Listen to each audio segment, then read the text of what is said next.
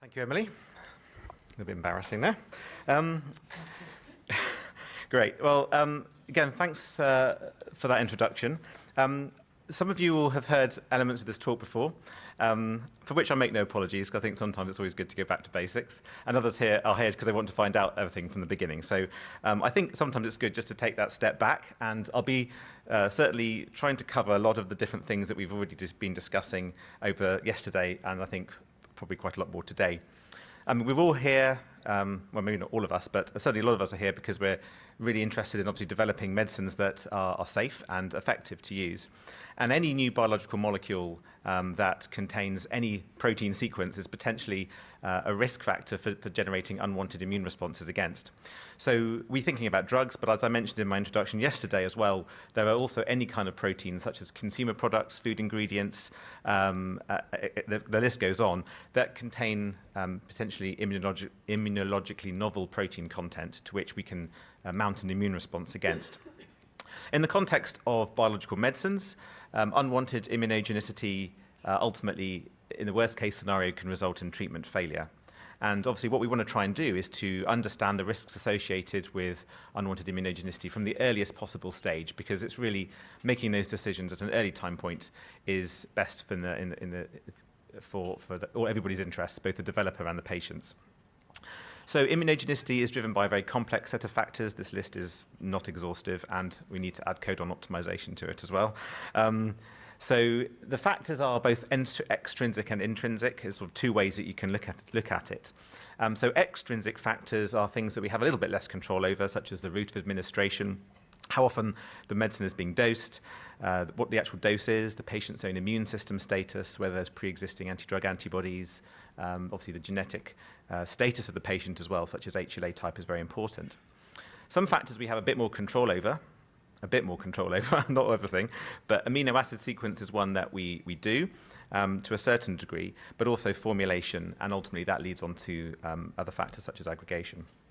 So overall, if we can demonstrate that a drug being developed has at least equivalent or improved antigenicity, that can result in significant competitive benefits. And really, you want to kind of look at these issues at a very early time point. Now, this simple cartoon, some of you will have definitely seen before, but it's really just to point out that a drug delivered to a patient is ultimately exposed to cells of the immune system, so antigen-presenting cells, which are taken up and processed and presented in the context of the MHC molecule, the major histocompatibility complex. So the MHC is a bit like a display cabinet. It shows off peptides that are derived from both intracellular and extracellular proteins to the adaptive arm of the immune response, T cells. So proteins from outside the cell are loaded typically onto the class II MHC molecules here. And these MHC peptide complexes then present the peptides from the drug to CD4 positive helper T cells. And that interaction is exquisitely sensitive, and the T cells, if that T cell receptor is present that will recognize that complex, will become activated, and it will proliferate, and it will produce cytokines, and it will ultimately switch on the immune response if the appropriate co-stimulation and other milieu is present. Ultimately, this help can then drive your naive B cells to then move on to becoming plasma cells and produce anti-drug antibodies. So it's these anti-drug antibodies which can potentially neutralize the drug, but other serious consequences are altered pharmacokinetics and even cross-reactivity, and there have certainly been examples where this can really be quite a significant challenge from a safety perspective. So what I'm going to be talking about is a number of the assays at ProImmune which focus on this part of the immune response, which is really the key driver to the downstream immunogenicity. A lot of the assays I'll be talking about use healthy PBMCs. So these are from healthy donors. They're fully HLA typed. We process these from a wide population. The population is actually sourced within the UK, but we have a broad ethnic distribution, and we can actually select donors either a global perspective, but also, depending on the specific situation, we can also work with donors of very specific HLA types if that's required for the study. These cells are then used for a number of the different assays that I'll be talking about today. We've already heard from a number of speakers about antigen presentation assays, and I'm going to be talking a bit more about MHC class II presentation, which is what Katrina was just speaking about in the previous talk. So ProPresent, also known as MAPS, which is MHC-associated peptide proteomics, is an antigen presentation assay which allows us to identify naturally processed and presented peptides from your protein of interest. That protein can be a drug, it can be an antibody drug, it can be bispecific, it can be an ADC, it can be a replacement factor protein, it can be an enzyme, it can be a food ingredient, it can be anything at all. And it allows you to not only understand exactly which peptides are being presented, but also potentially understand and evaluate the impact of protein modifications as well. It can be used in the context of vaccines and other immunotherapies to maybe not, I mean, obviously it identifies the peptides, but you might not be interested in actually which peptides are presented. It might be more of a step back. You might want to know about what particular targets this could be useful for in a vaccine strategy. So it's a very flexible approach, and certainly what this technology does is really marry the vast advances in proteomic technology and our understanding and the sensitivity of the instrumentation available with immunology, which in the past decade has really sort of jumped on a massive amount. We can look at class 1 or class 2. In fact, we can look at DR, DP, or DQ alleles, which loci, which are the three classical class 2 molecules that are expressed. Most studies focus on DR because that's typically presented at the highest level, and you'll see some data in a moment about that. But we can certainly look at DP and DQ, and that's important to think about because obviously peptides can be presented on all three, not just DR. It's a pretty quick test. We can work with your protein and deliver the data in just 4 to 6 weeks. And we've got a very wide experience with a whole range of different molecules. I'm just going to be taking you through some of the case studies in a moment. Kathleen has already introduced the technology. We're working with immature monocyte-derived dendritic cells from each of the donors that we're working with. So we pull out a panel, typically 10, 20 donors. The proteins are then loaded into the dendritic cells. The DCs are matured, they upregulate the class 2, and the peptides are presented. We then lyse the dendritic cells, do an immunoprecipitation, pull down the appropriate MHC peptide complex, elute the peptides, and then run them through tandem LC-MS instrument. So we generate a huge amount of peptide sequence information. Of course, the vast majority of peptides are all housekeeping proteins, and only a small minority are actually the peptides from the protein that's been loaded into the dendritic cells.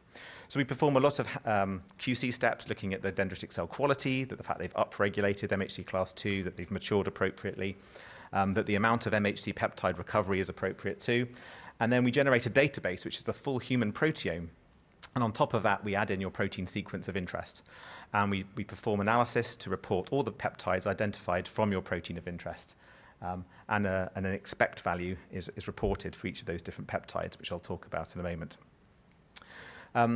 This is really a key tool for understanding immunogenicity in a wide variety of different molecules. These are just some of the experiences that we've had to date: therapeutic antibodies, factor replacement proteins, bacterial pathogens, allergens, food proteins, even with thinking about modification of proteins, such as haptenation, and actually not just whether the haptenated peptides are presented from a protein, but actually how the repertoire of peptides is altered following modification of a protein. So it's not just whether the peptides are there, but if you modify a protein in some way through post-translational modification or whatever, you can actually see how the repertoire of peptides can be altered through this process.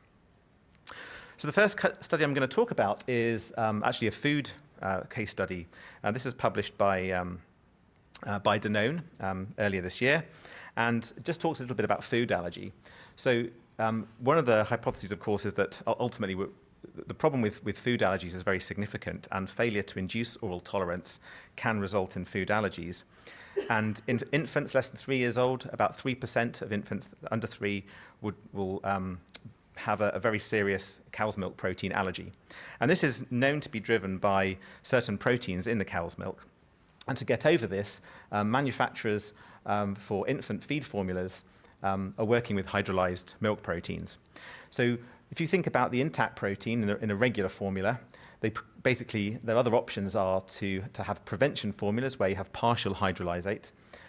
Then there's, for mild to moderate allergy, it's more extensively hydrolyzed. And then for severe allergies, the only option really are individual amino acids. So the hypothesis in this particular study is really to understand which peptides from the cow's milk protein are actually being presented, because in order to induce oral tolerance, you need to really understand which peptides are being presented, and that could potentially be used as a way for driving an immunotherapy and understand a little bit more about the Treg response. So the protein of interest particularly is beta-lactoglobulin, BLG, which is the most abundant protein in whey, and certainly known to be one of the major allergens in cow's milk. So this particular study took 12 donors of a range of different HLA types that are just listed there, and we then performed ProPresent using the protein supplied by Danone. And then we identified all the peptides from beta-lactoglobulin and reported those. So what you can see is that this is a typical result in ProPresent, that you'll get overlapping nested peptides from individual donors. Some donors will present multiple peptides from different regions if you're working with a particularly large protein or proteins. The smaller the protein, the fewer the number of peptide hits that you'll get, because of course there are a limited number of sequences that can bind and be presented by that particular HLA type. So to sort of summarize this, essentially there were two regions that were presented and identified in a number of different donors. And these sequence groups actually overlapped with the previously proposed region of interest, this sort of position 13 to 48. So we've got sort of 23 to 39 and 11 to 30, these two different sort of sequence regions here. So it is now confirmed that these particular peptides can be presented by HLA-DR, and we know, of course, exactly what HLA-DR types there are. There's quite a number of DR1 alleles in here as well. And then this information is then going on to drive their hypothesis to determine sort of the ultimate T-cell response. So if you're interested in learning a little more, that paper sort of talks about it. Moving into the area of hemostasis, and this is in particular a case study relating to factor 7A. Native factor 7A had been used for, or has been used for a very, very long time with no issues with immunogenicity. Then Novo Nordisk were developing Vitreptocog alpha, which is a sequence-modified version to increase the enzymatic activity of factor 7A. And this modification was fairly conserved. There were 3 amino acid substitutions compared to the native sequence. But unfortunately, in the phase 3 trial, it wasn't observed in the smaller, earlier phase studies. Inhibitors were observed in some of the patients, which is a bit catastrophic because this is the last line of defense to treat these patients. So the drug development was halted, and Novo and FDA published a paper and did a lot of work in really doing a post hoc analysis of understanding exactly what the key drivers were. How can we learn from this mistake to really help the community in developing drugs that are not going to get to this point in development? So if we look at the protein itself, the 3 amino acid changes were 1 N-terminal mutation and 2 C-terminal mutations here. This is some data from the paper where there were basically 2 parallel studies using MAPS assay, one with ProImmune and one performed in-house at Novo Nordisk, completely sort of independently with no sharing of protocols or anything, or completely different donors. And what you can see, sort of the summary, is that this N-terminal mutation, peptides are not presented from that particular region, but certainly peptides are identified from this region where these amino acid substitutions were identified. In the ProImmune study, we actually identified this region was also presented with the native recombinant factor 7A, but in Vitreptocog alpha, we certainly saw there was a higher incidence of presentation, and this was also confirmed with the Novo study as well that they did in-house. So when we look at this particular sequence where the amino acid substitutions were introduced, and further analysis was done, one important take-home message is just because a peptide is being presented in these and determined to be presented by these assays, doesn't of course mean that there's a functional T-cell epitope. So you have to go on and confirm that. But of course it's a prerequisite that the peptides have to be presented before there is a T-cell response. So this is data from a 50-donor T-cell proliferation assay. The blue bars are the wild-type sequence, and the green bars are the mutant sequence. And actually, this N-terminal mutation is no difference, but you can see that the 2 C-terminal mutations actually induced a stronger functional T-cell response compared to the wild-type here. And when you combine those 2 substitutions, you can see that that's also not quite additive, but certainly very strong response. So it was confirmed that that particular peptide, not only was it confirmed in both the studies as being presented, but it's also now known to be functional. And the paper also went through a lot of other work with physical MHC peptide binding assays to confirm the HLA restriction of these peptides as well. And there's a very clear risk factor with a specific HLA type.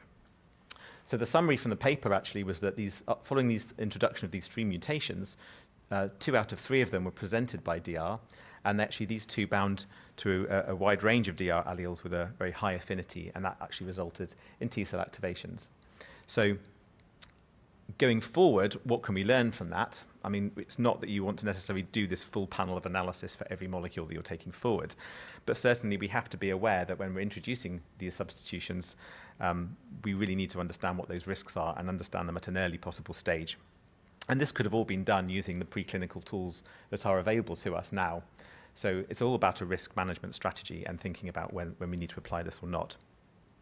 And again, the conclusion from the paper in this case was that the results of quite a range of different preclinical assessment tools in this case reflected clinical outcomes. That's not always the case, but certainly it was in this one.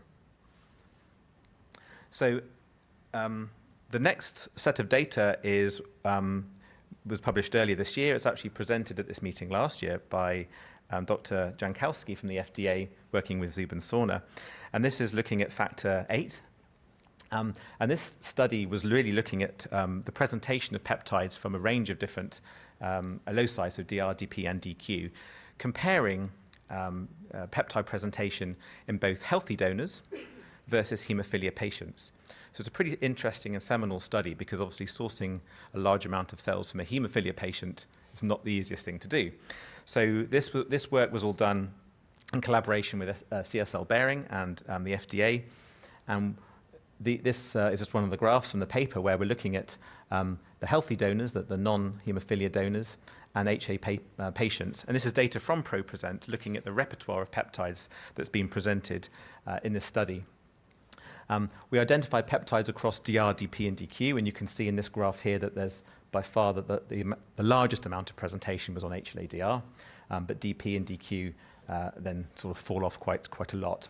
But the difference here are the blue bars and the red bars. So you can see in most instances, there's actually an awful lot of correlation between the presentation in healthy donors and patient samples. And I think this is just adding to the body of evidence of the key question is, well, how different is the immune system in a healthy donor versus a patient? Of course, I'm sure it depends a little bit on the disease, but certainly there is a lot more evidence that the use of healthy donors in these assays, where a lot of cells are required, certainly is very, very helpful because it allows you to understand the immunology in patients where you don't always have that material available. So this particular study was actually looking at the comparison between full-length recombinant factor VIII and plasma-derived factor VIII. And actually, the take-home message from this paper was a little bit that, the fact that the presentation in full-length recombinant factor VIII was actually at a much higher level when you compare that to plasma-derived factor VIII. And they were really teasing apart some of the mechanisms as to why the use of recombinant protein, which theoretically should be a lot easier to sort of work with and deal with, has actually resulted in a higher amount of presentation compared to the plasma-derived protein as well. So this talk from Zubin last year is available on our website if you're interested in hearing a little bit more about that. And then this is essentially from the same study, just looking at the differences between full-length recombinant factor VIII and all the different peptides that were being presented, comparing that to the CSL Behring product, Afstila, and the plasma-derived factor VIII. And so Afstila and plasma-derived factor VIII are sort of very similar. Afstila actually has this domain has been deleted, which is why there's no presentation at all. But even taking that into consideration, the overall amount of presentation was significantly lower, comparing that to the recombinant full-length protein. ProPresent's also been applied, of course, in many other areas, and again, this is a talk from last year where Jad Mamri from Merck was talking about how they use ProPresent to identify peptides from ipilimumab and nivolumab as well. So if you're interested, you can kind of go back and have a look. So moving on from ProPresent, the next step, of course, is then to confirm whether peptides that have been presented are actually functionally relevant or not. Many of you in this room are doing these sorts of assays. You can use them as a strategy from many different endpoints, I suppose. So you can either take peptides that you know are being presented in the MAPS assay, or you can take overlapping sequences from a particular region that you've modified. or you can take sequences that have maybe been pre-run through an in silico strategy to reduce the number of peptides that you want to focus on. But the nice thing about these functional T-cell proliferation assays is that they allow you to sort of epitope map the functional relevance of peptide sequences. There are, of course, limitations because you're working with synthetically generated peptides of a certain length typically, but there's no restriction to that. You can put into these assays peptides of all different kinds of lengths or purities, of course, as well. But we work with 95% pure peptides. Peptides are typically 15 mers, and then we do a 7-day co-culture of the PBMCs. The PBMCs are labeled with CFSE, which is an intracellular fluorescent dye. And so when the T cells proliferate, because there are APCs in that mix, the peptides will be presented on, the CD4 positive T cells will proliferate, and we can then measure that by flow cytometry in a very sensitive way to allow the detection of these proliferating precursor cells in a naive T cell assay. So what it allows you to do is to really identify hotspot regions, if there are any, or certainly higher risk regions of peptides that are driving a functional T cell response. And so in this particular case, you can identify numbers of donors that are responding significantly to a particular peptide. We would normally run a panel of 40 or 50 donors in these studies to kind of get good statistical significance. That's great if you don't have any protein and you just have sequence information that you want to look for, so you don't need any protein information, any proteins available to do these assays. You don't need anything but information to send to us to do these assays. But often you may be more of a sort of a lead selection stage where you have a number of different proteins expressed. And in this case, the dendritic cell T cell assays are where we would do a whole protein comparative antigenicity analysis. So similar to the previous T cell response assays I was talking about, we'd take a panel of donors, again HLA typed. We would select those for a broad HLA distribution. The dendritic cells are then generated in culture, monocyte-derived DCs. The DCs are loaded with a protein at a fixed molar concentration. Dendritic cells are then matured, co-cultured with autologous PBMCs, and those PBMCs are stained as well with CFSE, and then we perform flow cytometry analysis to determine the proliferating cells. There is a wash step, so the dendritic cells that have been loaded with the protein, there's a wash step in between that and then the co-culture with the T cells. Although there's no direct exposure, of course, if you're working with really very, very potent molecules such as sort of CD3 activators, bispecifics, you have to be careful there because there can be some carryover. But ultimately, there's no direct exposure of that protein. This is really useful and applicable to looking at the assessment of post-translational modifications, different expression systems, also testing all sorts of different other questions in relation to your protein. So you can either work with the same protein expressed in different ways or a number of different molecules. Typically, though, this is normally molecules of the same target that it's useful to assess in and allows you to rank your proteins in accordance with each other to determine the overall level of antigenicity.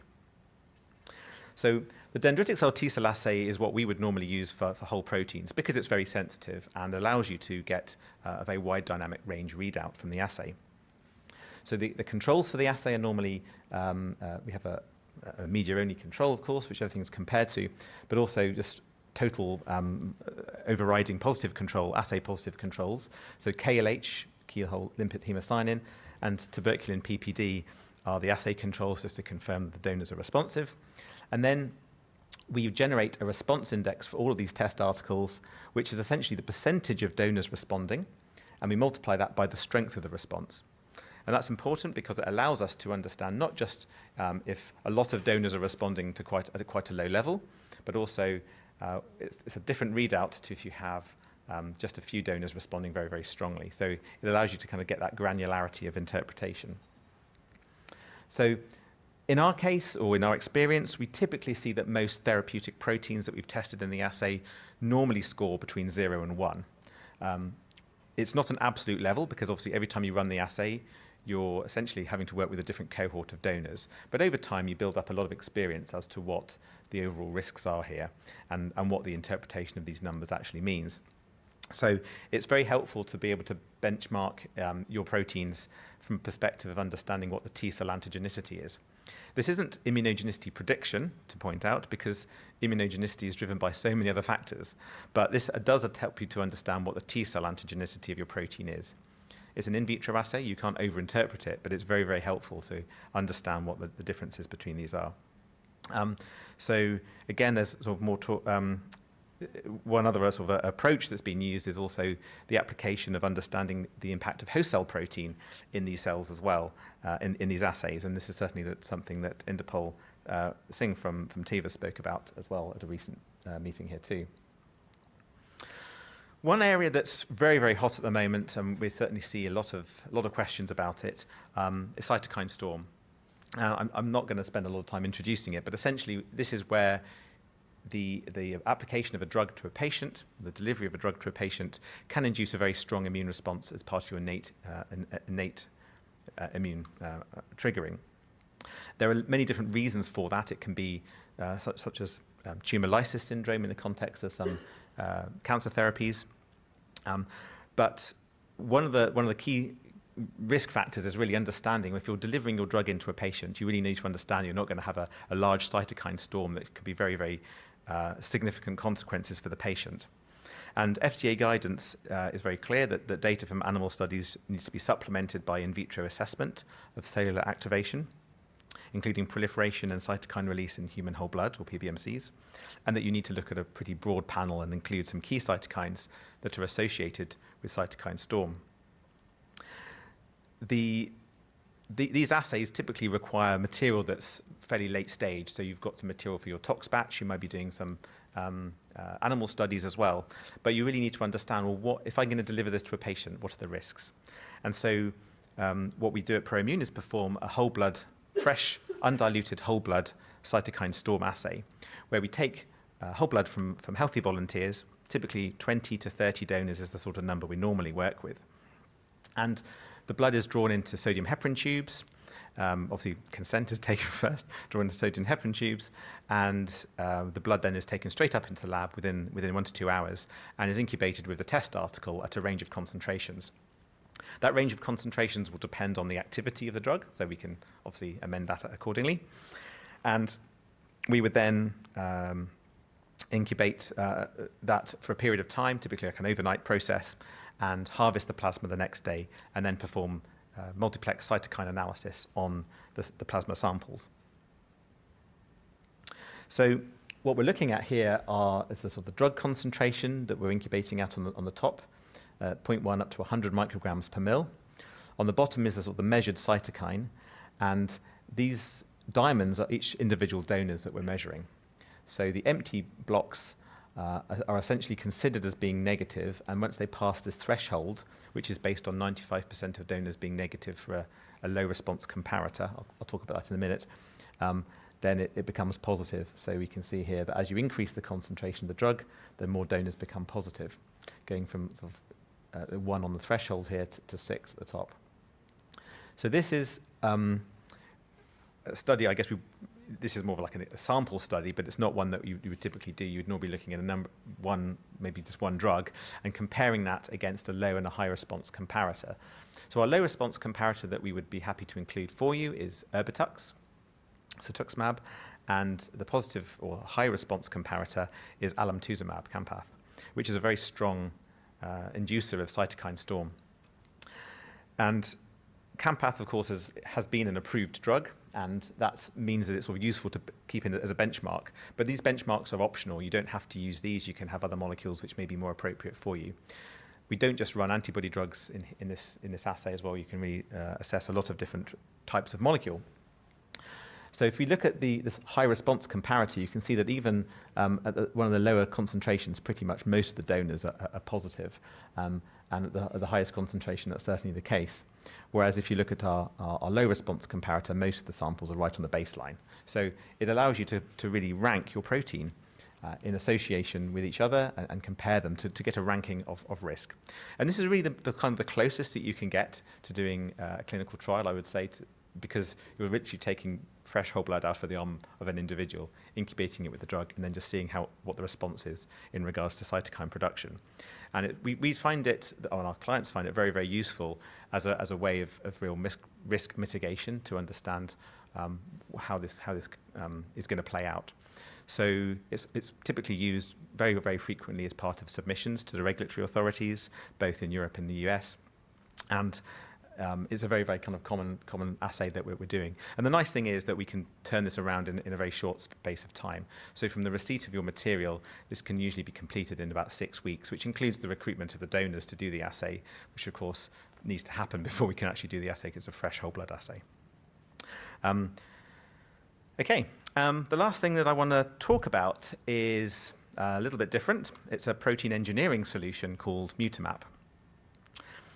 Mutamap is a very high throughput in vitro assay service for understanding the impact of point mutations in your therapeutic protein, mainly antibodies, and it really allows you to make superior protein engineering choices.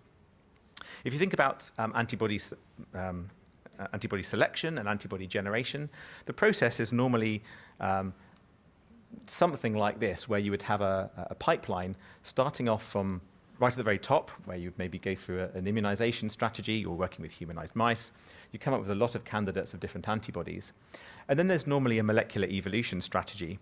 And affinity maturation to improve the affinity of those selected antibodies is fantastic. You know, you get a very, very wide choice of amino acids. It's a very wide space that you're selecting from.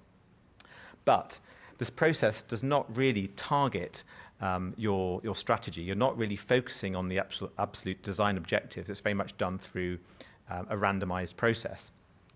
So once you get to the point of maybe selecting a high affinity antibody that has the right attributes for you, normally you then just kind of move on into sort of making the lead selection choices. But that doesn't necessarily mean that it's the right option. There may be some other issues in relation to that selected candidate. It might have some poor developability challenges, such as expression. We've talked about codon optimization.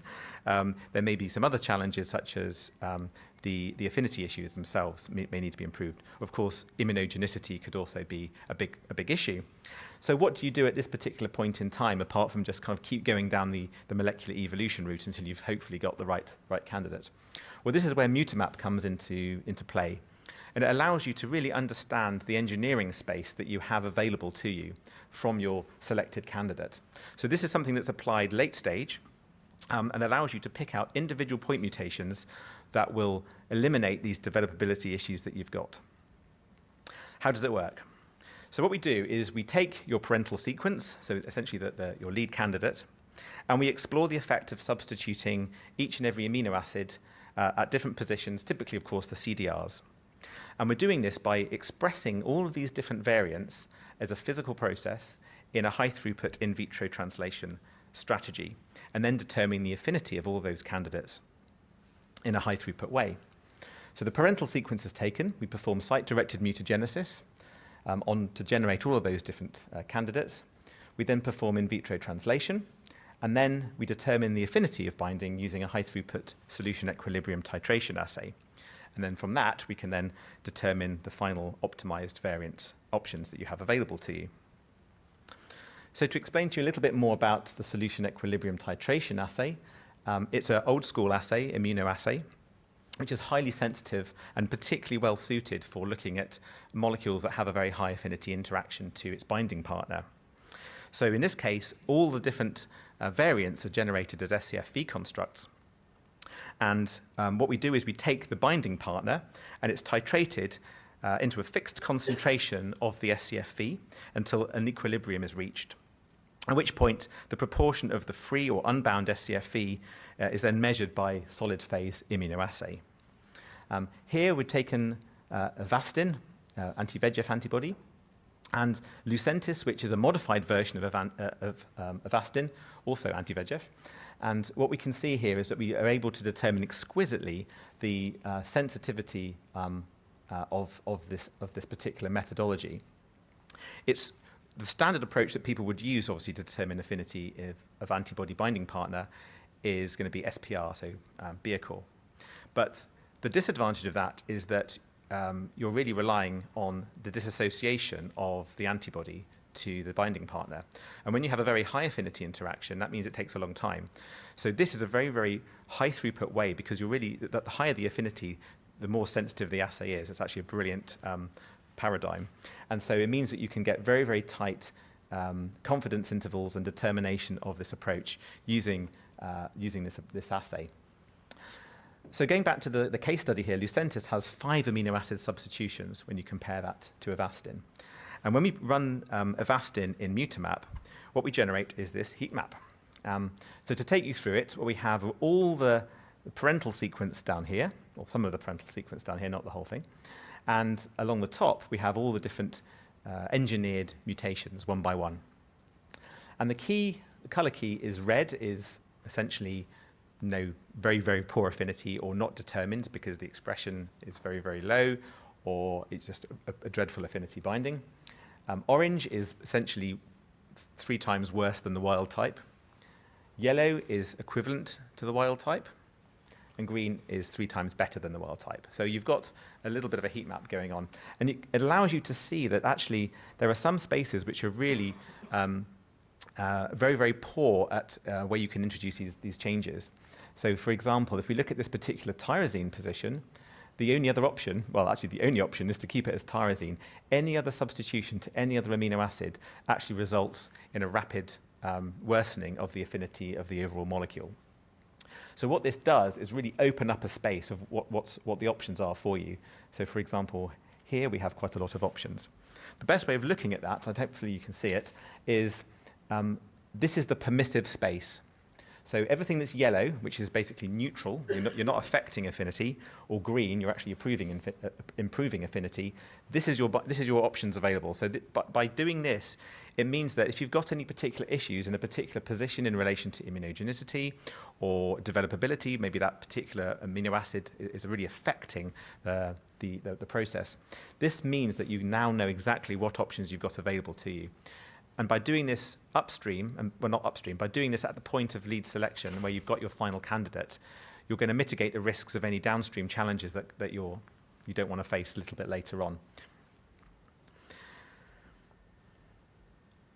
So if we just focus on the serine residue here, you can actually see, if we look at the actual data in a little bit more detail, we can see that the impact of these mutations, this is the Lucentis.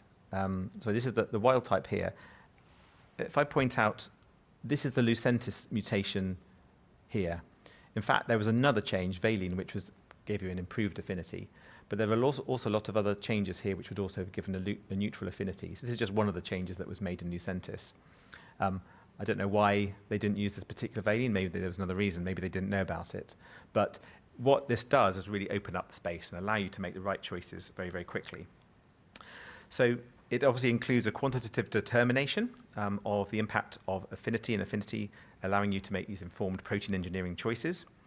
It allows you to select the right mutations in your CDRs. You can apply it to deimmunization strategies. You may even want to improve cross-species reactivity. So if you're developing animal models alongside it, and you've got a problem that your particular molecule is only cross-reactive or isn't cross-reactive at all, and you need to become cross-reactive, this is a good solution as well. You may want to improve other engineered features, extension of half-life, stability, manufacturing ability are very, very key elements. And of course, overall, it will also generate quite new and exciting IP for the company as well. So just to summarize, hopefully I've shown you that really understanding immunogenicity by design is really, really important from an early possible stage. And it's essential to making safe drugs that are going to be successful for the companies you're working for and getting them to market for the patients. Generation of this data is really key to being able to differentiate molecules which, to be honest with you, the space is quite small and often people are working on the same targets, and immunogenicity is really a key differentiator from one molecule to another. To do this, if you're a smaller organization or even some of the larger organizations, this access to these specialist assays is really needed to answer these questions. And hopefully I've also shown you that we have a lot of experience in a very wide range of not only assays, but also types of molecules that we've worked with as well. So I just want to thank you for your attention and welcome any questions.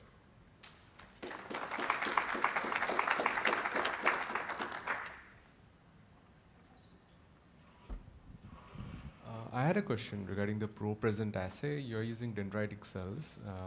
Do you think that choosing different antigen-presenting cells will have different outcomes or would it be So, similar? yeah, good question. So we can certainly work with other cell types. We have done. So for MHC class 1, we've worked with cells, as long as they're expressing MHC to a sufficient level, it's not a problem. The thing about MHC class 2 is that you obviously do need some efficient presentation. And the reason people are using monocyte-derived DCs is really a numbers game, because you do need a lot of cells. And if you're then trying to maybe work with plasmacytoid DCs, isolation of those cells is just not really a practical solution. So you could do it with B cells. It's just that dendritic cells are or MDCs are certainly a useful way of being able to achieve the numbers that you need. But you're not limited to that. We've not done extensive studies comparing different cell types. Often people wanting to work with cell lines, like dendritic cell lines. The challenge there is you're just limiting yourself to a single genetic line, and actually the diversity is really important in this assay. If you were just to look at one sample, you wouldn't be able to, one donor sample, you wouldn't really be able to take anything away from it. You need to step back and look at the bigger picture. So there are, it's a little bit tangential to your question, but just to make that point that it's important to look at a range of different donors, certainly.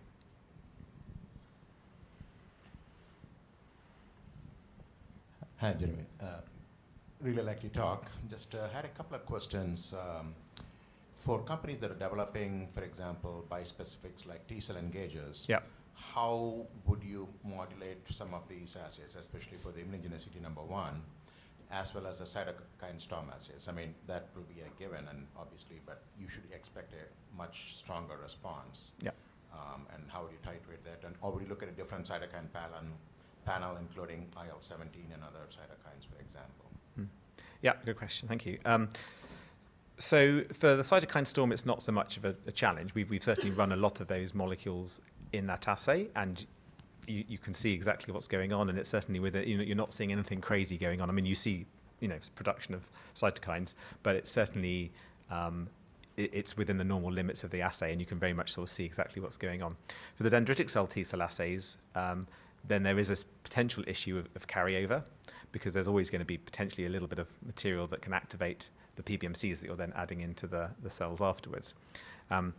So the way that that's sort of been mitigated is maybe the concentration of the drug. You can titrate that, and that's certainly something that we've seen, doing a tenfold reduction in the concentration of the molecule when you're looking at the outcome of that assay.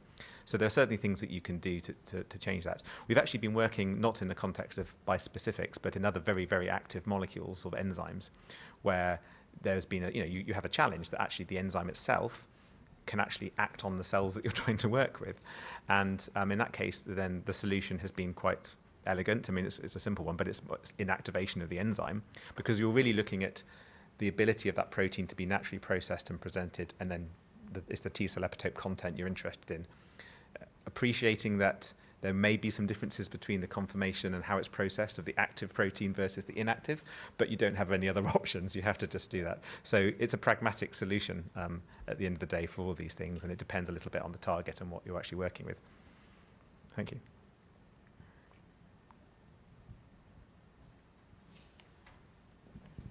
Yeah, Jeremy. So my question is about the ProPresent, and so the overall implant of that kind of platform, all the maps are very elegant, and I think that in the last few years, we'll talk a little bit about it.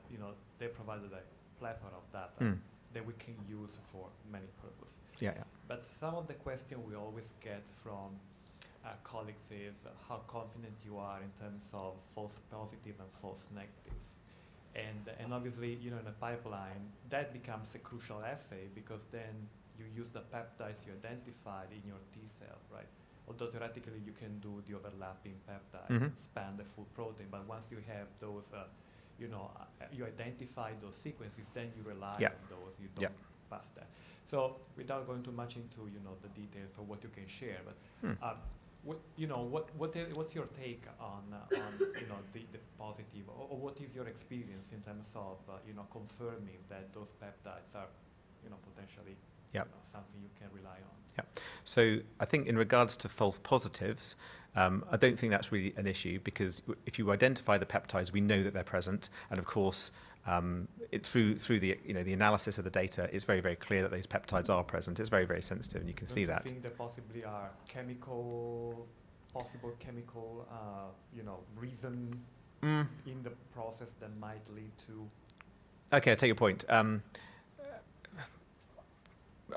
I guess it's like potentially it's a bit like any other assay, but all we can say is that we know that peptide has been identified. If it's been identified through some other sort of crazy reason, possible, I suppose. But like you say, it's really about confirming them through other approaches, and I think that's where, for example, with the Vitreptocog alpha story, that has been sort of followed through and confirmed, and we know that was then binding, and that's what was causing the functional response. So it's one assay in your toolbox. I think the false negative one is a little bit more of a challenge because, like any assay, it will have a limit of sensitivity, and when you're looking at the concentration of the protein that you're adding into the assay, or you think about the size of the protein, I think it's really interesting because if you're working with a large mixture of proteins, for example, in a bacterial lysate where you've got thousands and thousands of proteins, you're going to have an inherent dilution effect of the number of peptides that can be presented. Whereas if you're putting in an equivalently much higher molar concentration of a single protein, then you're going to see it. So certainly if we're working with a needle in a haystack project, as I would call it, where you're working with a small protein that maybe like a tumor study where you're going to look at low affinity and it's all very, very difficult to see. It's quite different from when you're working with a high, maybe a large molecular weight recombinant protein where you're probably going to see a lot of decent hits. So it is a challenge, but I think you're right. It's about confirming it through other methods. It's not about just relying on that one set of data. But there are limitations, of course, yeah. Yeah. Well, I can add a little bit more. So, I mean, let's take the DC type culturing scenario.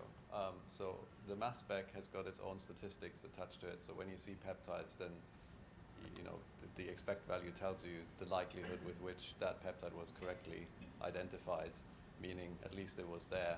It actually flew around in the mass spec, and you saw that thing. So that confirmatory value tells you that. So you can then obviously look at the sequence motif that you pull out and the length. If it's a 4-temer, you might not bound to an MHC molecules, but there aren't many of those in there. If it's the right length, it matches a DR standard motif as far as you can see, then you can be reasonably confident. So the peptide really was in the mass spec and it probably popped out of a MHC molecule at that point. Does the presentation one-to-one correspond to presentation in vivo? Well, I suppose what the assay does is it shows you that this peptide can be presented on dendritic cells in an in vitro assay. I think that's all we can say. So that's kind of the level of information that you know from that. And yes, further sort of confirmatory studies would be the binding assays, obviously T-cell proliferation and so on. That tells you more about it. The finer points about what happens in germinal centers at the end of the day, and coming to this more sort of false negative question, that's a tougher one. Where's really the lower threshold of antigen presentation that still makes a physiological difference at the end of the day? I think it's fair to say we don't know. Yeah, we do find the most abundant peptides for sure that are in there, and assuming that they are therefore potentially the most relevant ones, then you can sort of follow those through.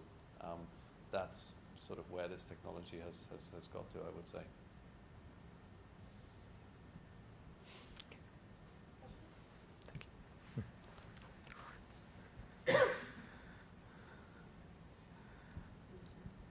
It's a follow-up question.